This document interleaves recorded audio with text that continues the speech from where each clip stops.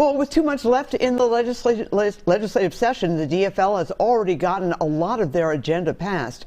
But what about what's left, including paid family leave, legalizing marijuana, and so many other issues? Well, this morning we're honored to have the president of the Minnesota Senate, Senator Bobby Joe Champion, with us. Thank you so much for coming in. Thank you so much for having me. And you look wonderful in that purple, by the way. Well, it's my tribute to Bud. All right, thank you so much, sir.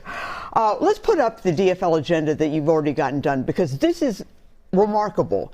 Abortion rights, zero carbon emissions, felon voting rights, driver's licenses for all, transgender rights, and you said to me a whole lot more. There's a whole lot more. For an example, as soon as we got in, we also recognized the importance of unemployment insurance for North Shore miners, the tax conformity bill, Juneteenth, we made that a state holiday.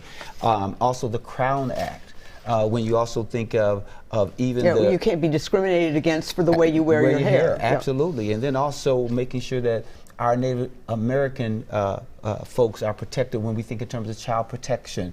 The list goes on, but what's most wonderful about the list is that it's a reflection of being responsive to a cross-section of issues all across our state. And so, if nothing else, I hope people don't miss that. All right. Well, let's go to the things that haven't passed yet, but I know are priorities. Legalizing marijuana, paid family leave, that's a big one, sick and safe time, gun control, and $1 billion in tax credits. What about these? Are there any that you think might not get through or might get through? No, I'm feeling very, optimistic. One of the things that our caucus does a really good job of is really talking about these important issues, not only just in the echo chamber amongst ourselves, but also with Minnesotans. But we're also open to hearing valuable input or insight from across the aisle as well, because what we want more than anything is for us to improve the lives of Minnesotans. And I do feel very, very good and optimistic about those things. I want to ask you some questions about another set that we've got a graphic on, where we have some questions about what could happen. There is a debate over rebate checks. The Republicans want it, the governor wants it, although he wants an income cap. The DFL legislators are not really that big on this. Why is that? Well, I can't say they're not big on it. What I am saying is that as we need to think about other issues as well, that's one of the things that we are thinking about in real time.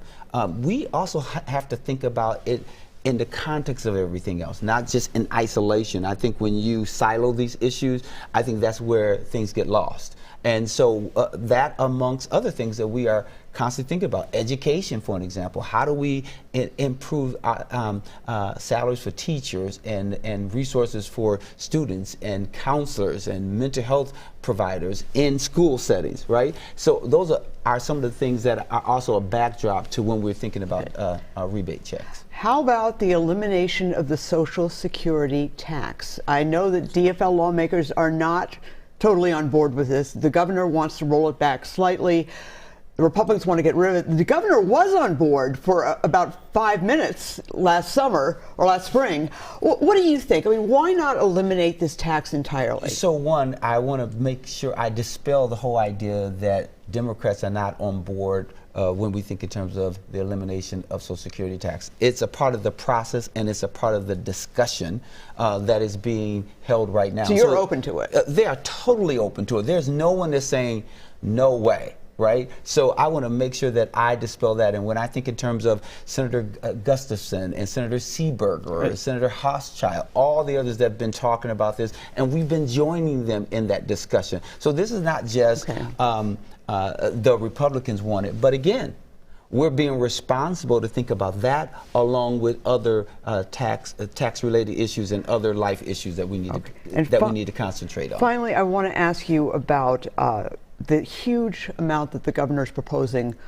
for schools. Mm-hmm. This would be a lot, and school kids and schools have gone through an awful lot the past couple of years. Absolutely. Is there a solid support for that? There's always a solid support for how do we improve the learning experience and that journey around education for our kids.